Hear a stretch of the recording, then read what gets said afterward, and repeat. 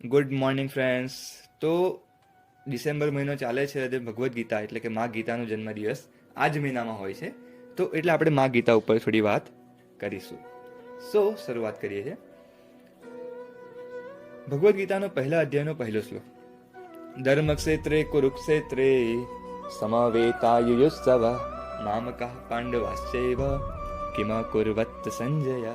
એનો અર્થ એવો થાય છે કે ધર્મક્ષેત્ર જ્યાં ધર્મની સ્થાપના થવાની છે, કુરુક્ષેત્ર નામક મેદાનની અંદર એકત્રિત થયેલા મારા તથા પાંડવોના પુત્રોએ શું કર્યું હે સંજય, તું મને જણાવ. હવે ત્યાં કેમ ભેગા થતા?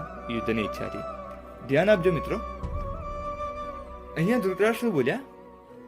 યુદ્ધની ઈચ્છાથી એકત્રિત થયેલા મારા તથા પાંડવોના પુત્રોએ ત્યાં શું કર્યું.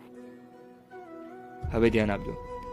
બે ભાઈઓના છોકરાઓ એક ગાર્ડનમાં રમી રહ્યા છે, બગીચામાં રમી રહ્યા છે, અને ત્યાં મોટો ભાઈ નાના ભાઈને કહે છે કે તારા મારા છોકરાઓ ત્યાં શું કરે છે? તો જ્યાં તારું મારું આવે ત્યાં ઝઘડા થાય. પણ જો મોટા ભાઈ એવું કહે કે ભાઈ આપણા છોકરાઓ ત્યાં શું કરે છે, ત્યાં ઝઘડો પોસિબલ જ નથી. મતભેદ હોઈ શકે છે, મનભેદ શક્ય નથી. મતભેદ મીન્સ વિચાર અલગ હોઈ શકે છે. આટલા બધા માણસો પૃથ્વી ઉપર છે, શું કોઈની ફિંગરપ્રિન્ટ મેચ આવે છે એકબીજા જોડે? નથી આવતી.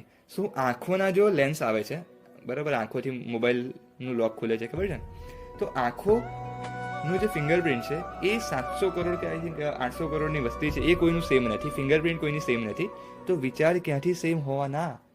તો વિચાર અલગ હોઈ શકે છે, એને મત કહેવાય. મતભેદ હોઈ શકે છે, વિચાર અલગ હોઈ શકે છે, પણ મનભેદ ના હોવા જોઈએ, દુશ્મની ના હોવી જોઈએ, બરાબર. તો અહીંયા આગળ ભગવદ્ ગીતાના પહેલા અધ્યાયની અંદર એક શ્લોકનું વર્ણન છે. એનો સાર હું એટલું કહીશ કે ઝઘડા કેમ થાય છે એનું વર્ણન અહીં આપવામાં આવ્યું છે. અને મારી વાત સાચી છે કે ખોટી એ નક્કી કરવાનું કામ તમારું છે. Thank you friends.